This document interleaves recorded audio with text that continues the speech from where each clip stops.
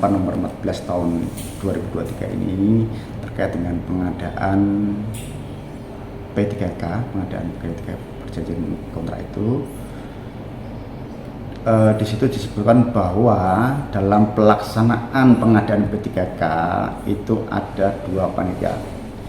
Satu panitia seleksi nasional, dua panitia seleksi instansi.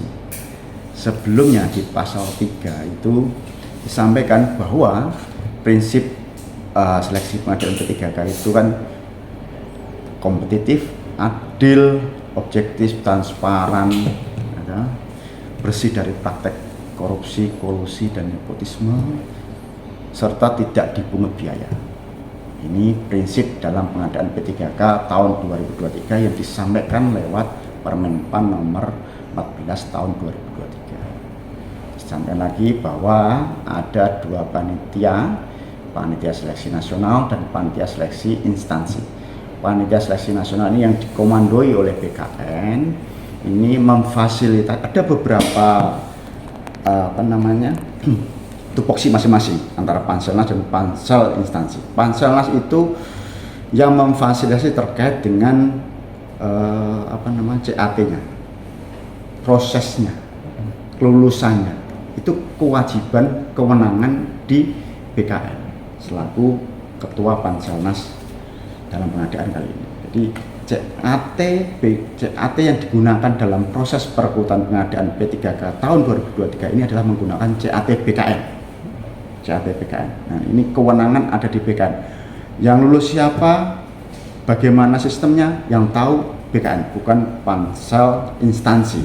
Sedangkan Pansel instansi ini juga mempunyai tugas, yang salah satu tugasnya adalah mempersiapkan tempat, ya, salah satu mempersiapkan tempat untuk tes, terus mempersiapkan peserta atau pelamar yang akan ikut dalam tes. Nah, itu kewenangan kitanya itu.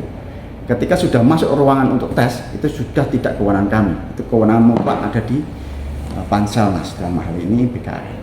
Seperti itu.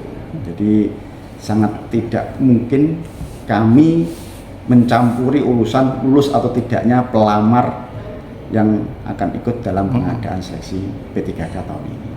Kami malah mendukung ketika ada bukti satu orang aja dibuktikan bahwa itu benar-benar ada pun, ayo kita bersama-sama laporkan siapa, jangan-jangan mereka hanya mengatasnamakan pejabat di Pati lah katakanlah, dan itu tidak benar dan untuk mencari keuntungan pribadi.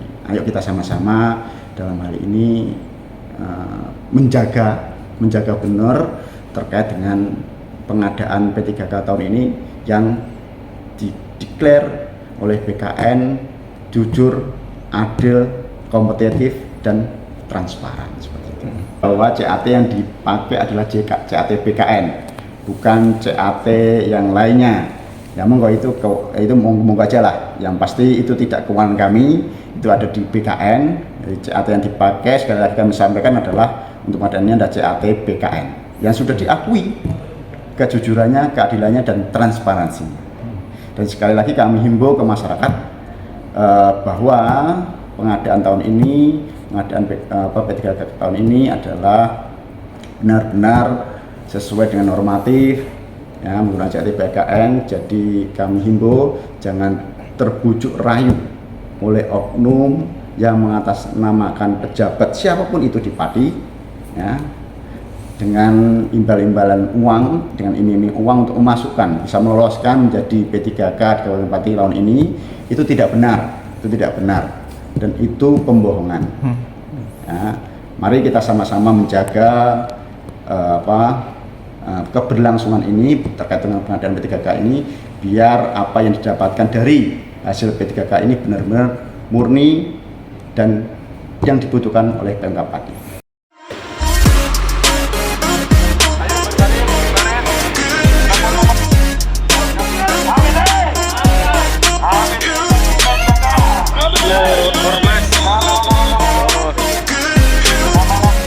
Terkait dengan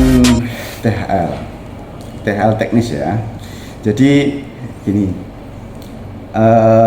pengadaan tahun ini sesuai dengan Permenq, kita itu mendapatkan 2 formasi.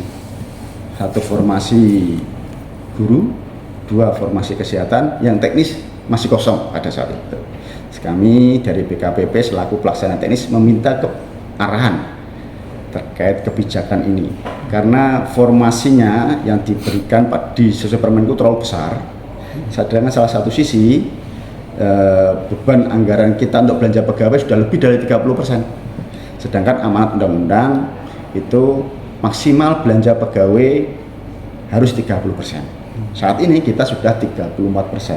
Oleh karena itu kami selaku pelaksana teknis minta kebijakan kepada PPK dan hari ini PJ Bupati maupun Pak Sekda selaku Ketua TAPD terkait hal ini, karena formasi yang diberikan oleh Permenq itu sangat besar. Arahan dari pimpinan untuk alokasi formasi tahun ini sesuai dengan yang pensiun tahun ini, artinya zero growth, seperti itu.